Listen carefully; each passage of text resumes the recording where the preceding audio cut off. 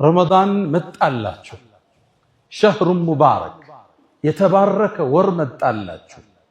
ውድ ምእመናን ከፊት ለፊታችን ከቀናት በኋላ የምንገናኘው አንድ የበረከት ወር አለ።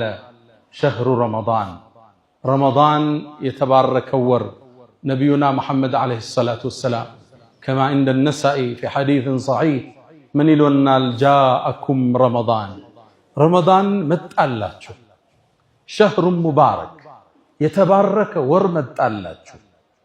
የጀነት በሮች የሚከፈቱበት የጀሃነም በሮች የሚጠረቀሙበት ከሸይጣናት አመፀኞቹ ተመርጠው የሚታሰሩበት የኢማን ወር የበረከት ወር ቀልቦች የሚረጥቡበት እጆች የሚዘረጉበት ደግነት በእግሩ ሲራመድ የምናይበት የዝነት ወር ረመዳን መስጂዶች በሰጋጆች የሚሞሉበት ሌሊቶቹ በተሐጁድ ቢደምቁበት የዒባዳ ጉልበት የምንጎናጸፍበት አንጸባራቂ ምሽትን የያዘ ወር ረመዳን።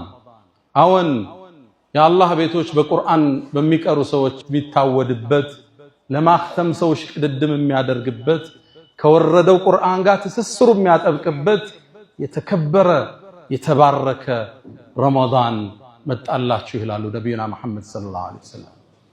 ይሄ ወር አላህ ዘንድ በጣም የተከበረ ኢብኑል ጀውዚ ረዲየላሁ ተዓላ ዐንሁ በእስልምና ታሪክ በርካታ መጽሐፍን በመጽሐፍ የሚታወቁት ታዋቂው ኢብኑል ጀውዚ አንድ አባባል አላቸው።